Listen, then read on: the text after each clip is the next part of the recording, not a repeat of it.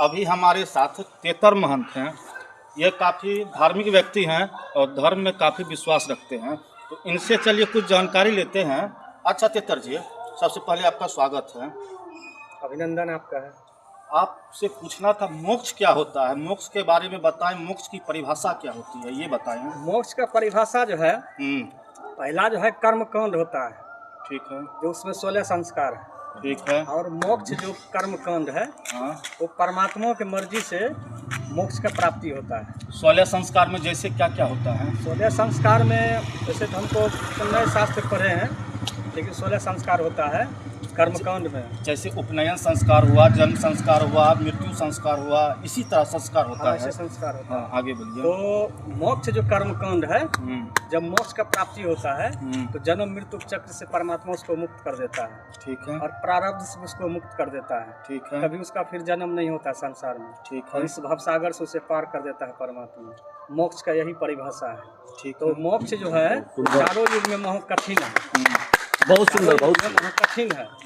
और दो ही कर्मकांड और मोक्ष कर्मकांड, ये दोनों है। जब परमात्मा की कृपा महिमा होता है तभी ये प्राप्त होता है मानव को, नहीं तो चारों युग में बहुत कठिन है। अच्छा, मोक्ष पाने के लिए क्या क्या व्यक्ति को करना चाहिए? मनुष्य का सबसे पहला कर्म है कि अपने वाणी पे संयम रखना चाहिए। 95% उसको नहीं बोलना चाहिए, कहाँ पर क्या बोलना है और वाणी का, क्योंकि जिंदगी निकल जाता है, कभी उसको बोलने के लिए नहीं आता है। सबसे पहला है वाणी संयम रखेगा तो उसका साधना होगा। दूसरा है चींटी से लेके इंसान तक का कभी उसको कमजोर मत समझिए और किसी का अपमान मत करिए। अगर आप उसका भलाई नहीं कर सकते हैं तो उसका बुराई भी मत करिए, अपमान भी मत करिए। मतलब आप कहना चाहते हैं कर्म बढ़िया कीजिए।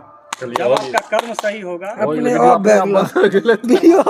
चल रहे भक्ति आपको प्राप्त हो जाएगा। ठीक है, अब संक्षेप में अपना बात को समाप्त करते हैं। आपको तेतर महंत जी का, जो कि एकदम धर्म के बारे में अच्छे ज्ञाता हैं, उनका आपका सुझाव कैसा रहा, मोक्ष क्या होता है, इन्होंने आपको समझाया। मिलेंगे अगले वीडियो में।